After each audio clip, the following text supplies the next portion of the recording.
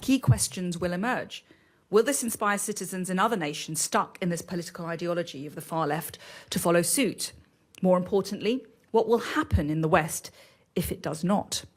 What will happen if democracy is indeed thwarted by the existing political class? Vice President J.D. Vance said at the National Conservative Conference, at which I also spoke in the summer here in DC, that the UK was going to be the first Islamist nation with nuclear weapons. I don't think he was entirely joking. Is it an impossibility that 20 years from now, it will be the UK, not China or Russia, that will emerge as the greatest strategic threat to the USA, born out of a broken relationship and weak leadership? What happens if the UK falls into the hands of Muslim fundamentalism, our legal system gets substituted by Sharia law, and our nuclear capabilities vest in a regime not dissimilar to that of Iran today? This is a thumb-sized flashlight made in Germany, which can illuminate up to 1000 m at night. What if? And it is about time, especially with the sectarian politics entering the UK politics, it is about time we start acknowledging that prospect and look at how we stop it from happening. But instead, this uber-woke government does all it can to cover up the reality of extreme Islam. So unlike most other politicians, Suella doesn't shy away from linking what's going on directly to the Southport massacre. There has been an unwritten code in our country. Talk about the rape gangs and you will be called Islamophobic. I'm glad that many more have found the courage to voice their anger today. Thank you, Elon. Or take Southport. In response to the brutal murder of 3 beautiful young girls aged 6, 7 and 9 last summer, the government covered up the terrorist elements of the case. The Labour government continues to shamefully deflect blame from the killer himself, the murderer himself, onto social media companies, internet platforms and Amazon, where the murderer bought his knife. So in the name of multiculturalism, politicians of the 3 main parties have consistently refused to address the elephant in the room, that millions of people coming into the UK do not have our best interests at heart and refuse to assimilate. Too many immigrants into the UK refuse to learn English. Now, so many of these problems are caused by unrelenting mass immigration. As Matt Goodwin wrote on Substack today, by the time a 5-year-old today turns just 1 year of age, 1 in every 3 people on these islands will have been born somewhere else. While net migration will add another 10 million or so people to the country by the late 2040s. Meanwhile, around 5 million people, including lots of Brits, will simply leave these islands, perhaps for good. Astonishingly, or maybe not so astonishingly given how rapidly Britain is now declining, one recent survey suggests close to 1 in 4 Brits, including more than 1 in 3 young Brits, would like to leave the country if they could. And Suella had more important truth bombs relating to this to drop.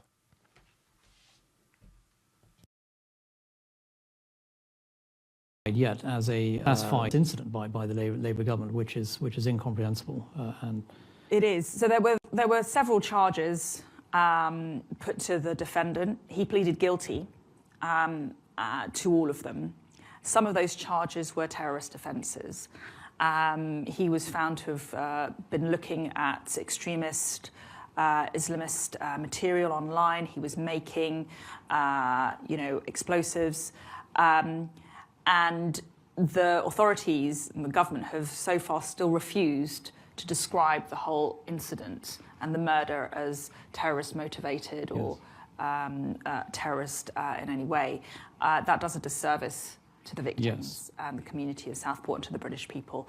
This murderer was an Islamist extremist. Yes. And he carried out the most heinous of crimes, in a way that was wholly unjustified and motivated by hatred. And, to somehow diminish it, I think, is wrong. It's absolutely outrageous. It really is.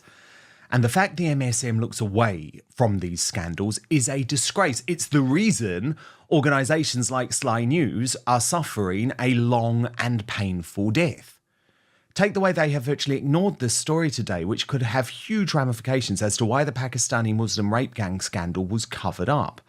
So this report reads, 2 former South Yorkshire police officers have been arrested over complaints from 4 victims of child exploitation in Rotherham.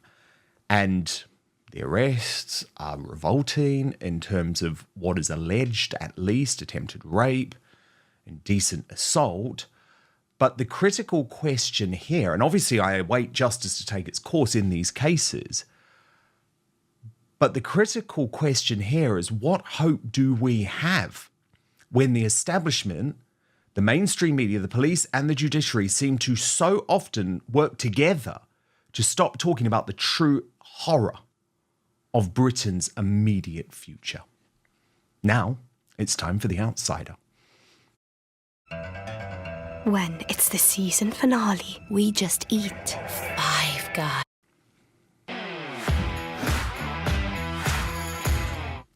Father Calvin Robinson joins me now live. So, Father Calvin, it's no surprise that the mainstream media virtually ignored this speech from Suella Braverman, given she's saying the unsayable. She's saying if we continue at this pace, it is possible there could be an Islamist government of Great Britain within 2 decades, an Islamist government that would potentially want to introduce Sharia law. Well, indeed, we're already seeing the fruits of that. We're already seeing Sharia law all up and down the country. I think there are 80 Sharia courts predicted by our own government. So there's probably more than that in reality. So it's already happening, and she's right to call it out. But the shock and the horror from the legacy media when she does call it out is interesting, isn't it? It's almost like they don't want to acknowledge what's going on. I think her speech was fantastic. Suella was able to say things that you and I have been saying for a long time. You know, we call them the Pakistani Muslim rape gangs. They're not grooming gangs. They are raping young girls, unfortunately. It's a grave evil. Call it as it is. She used the same term. And that's quite a significant step, because all of our politicians up until now have been saying the grooming gangs. They water things down in order to play nice with the lefty legacy media. But we don't need people to do that. We need people to speak the truth, call a spade, address the problem head on, and try and come up with solutions. We can't have solutions if we can't even identify the issue. And Suella Braverman seems to be doing that. Well, of course, because I want to take a look at another way that she actually linked what was going on in Southport and directly actually accuses, and this is very significant, Calvin, directly accuses the government of a cover-up. First, though, hot flashes, sleepless nights, weight gain, joint pain. I know you about to focus on all of you and make a cause. It's for what I love about sleepless nights, the hot flashes, or just fear. Looking at why Islamist extremism has been allowed to take root in many communities in the United Kingdom. The UK is now a country where anti-Semitism has become normalised on our campuses, through our mainstream media, and on our streets through the hate marches, which are enabled by the authorities rather than policed against. And we have an economic weakness that has permeated into our nation's fabric, grown into every facet of our lives, so that now the number of people in the UK and indeed the West who are sick, both physically and psychologically, is beyond comprehension. And Father Calvin, I think what she did very well there was link all of these issues together, because they are connected. Of course, the Southport cover-up is connected. Yes, every single bit of it is connected. I think it's very brave of her to do so. As you pointed out a moment ago, just over the last few hours, we've heard the news that a couple of police officers have now been arrested with links to the Pakistani Muslim rape gangs. All of these things are coming out, which shows that from the police all the way up to the House of Lords. Don't forget there was a peer that was arrested for connections to this. It's all insidious within a certain demographic community, and unless people start to point it out, we won't get to it. Where I disagree with Suella is when she says this is Islamist extremism. No, this is just Islam. This is the fruits of Islam, unfortunately. We need to get past the stage of saying it's just on the extremities. This is what happens in a particular community, part of a particular hostile faith that is toxic and countercultural to our own culture. And so we have to say no. Just today, there's been another video out, Christian Concern tweeted it, of these Mohammedans on Westminster Bridge, right outside the Houses of Parliament, topless, hammering themselves in the chest, a display of dominance in the heart of our capital city. And it continues, not just the extremists, but the Islamists, the Mohammedans who are showing that this is their land now. They are conquering us right under our noses. And so few people are willing to speak out against it. I know, which is the most shocking thing in my books. Now, I think it really is worth looking at these numbers, Calvin, because obviously these numbers matter. Demographics matter here. So Matt Goodwin has done a very good job on Substack of crunching them today. And he writes, by the year 2032, just 7 years from now, Britain's population will explode by another 5 million people, equivalent to more than 4 cities like the size of Birmingham. By the year 2047, just 22 years from now, which really isn't a long time at all, our population will explode by 9 million people, equivalent to another London.